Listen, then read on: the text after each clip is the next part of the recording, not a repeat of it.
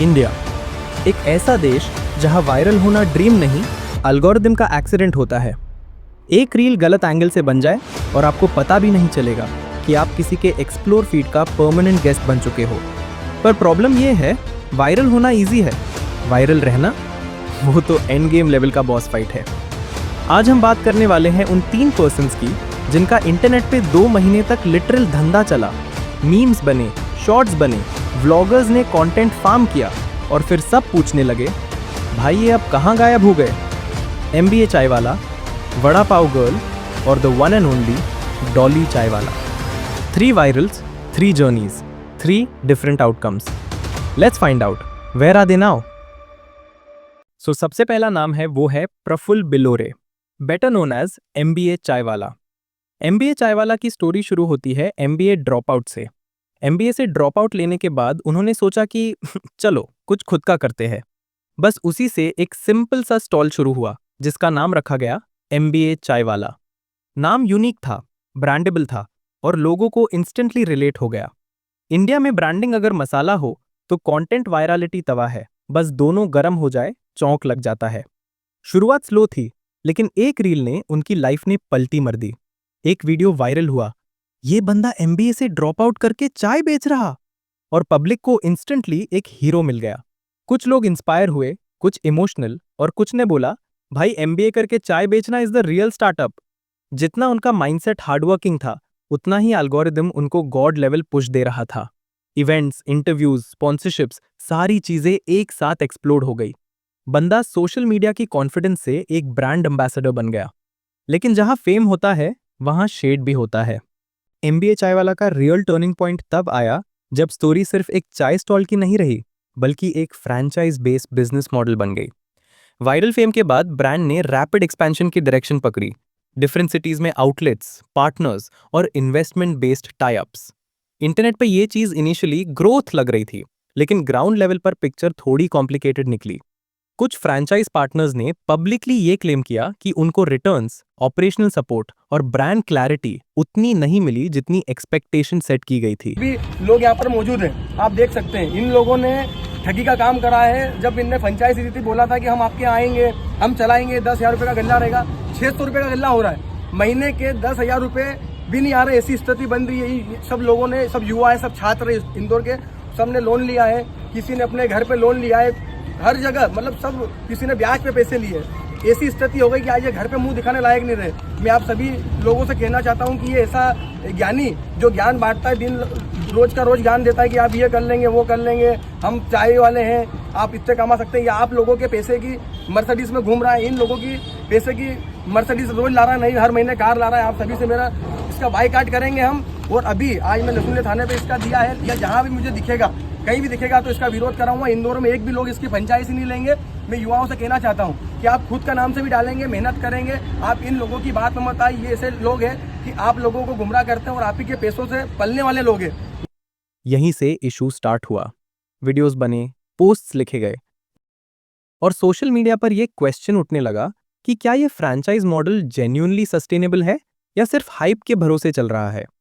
Situation तब और serious हो गई जब मल्टीपल यूट्यूब क्रिएटर्स ने आउटलेट्स बंद होने, पार्टनर्स के लॉसेस और अग्रीमेंट्स के कंफ्यूजन पर इन्वेस्टिगेटिव स्टाइल वीडियोस बनाना शुरू किए। ये वीडियोस मिलियंस में व्यूज लेने लगे और सडनली MBA चाय वाला की इमेज एक इंस्पिरेशनल एंटरप्रेन्योर से शिफ्ट होकर कंट्रोवर्शियल ब्रांड फिगर में बदलने लगी। इस फेज में ब्रांड ने लीगल रूट लिया। कुछ वीडियोस को डेफेमेटरी कंटेंट की कैटेगरी में कोर्ट के थ्रू रिमूव करवाया गया। लेकिन इंटरनेट पे परसेप्शन एक बार बन जाए, उसे इरेज करना इजी नहीं होता।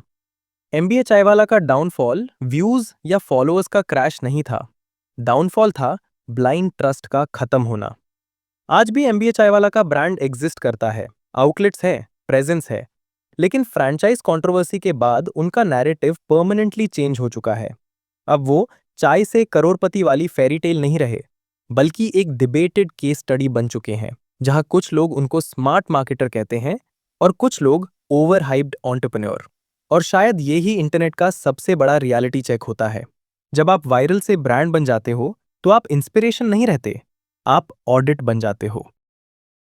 अब बात करते हैं वड़ा पाव गर्ल की, दिल्ली के एक छोटे से स्टॉल से वायरल होने वाली चंद्रिका दीक्षित।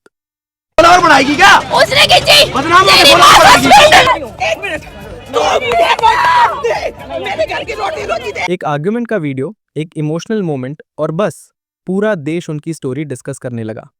तुमने कभी भी वायरल फॉर्मूला समझना हो तो बस ये याद रखो, drama plus emotion plus vendor plus public crowd equals 100% algorithm boost. एक वीडियो में उनका रोना, स्टॉल डिस्प्यूट और पब्लिक सिंपैथी, ये सब इतना पावरफुल कॉकटेल बना कि उनका स्टॉल लिटरली टूरिस्ट स्पॉट बन गया। लोग वड़ा पाव खाने नहीं, चंद्रिका को देखने जा रहे थे। और जितनी भीड़ उतना ड्रामा, उतनी वीडियोस उतने व्यूज। लेकिन वायरल फेम का कर्स भी होता है। जो लोग उन्हें क्वीन ऑफ वड़ा पाव बोल रहे थे, कुछ हफ्ते बाद वही लोग over acting, publicity stunt, sympathy card जैसे कमेंट्स करने लगे।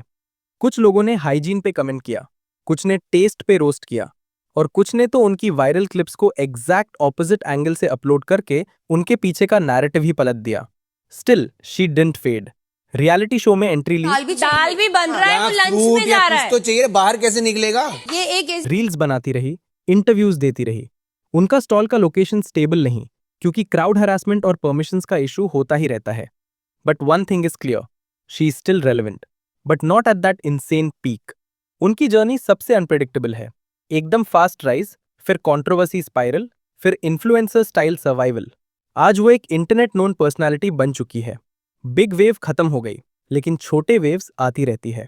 ये उस टाइप का वायरल था जिसमें फेम ज्यादा था पर फाउंडेशन कम।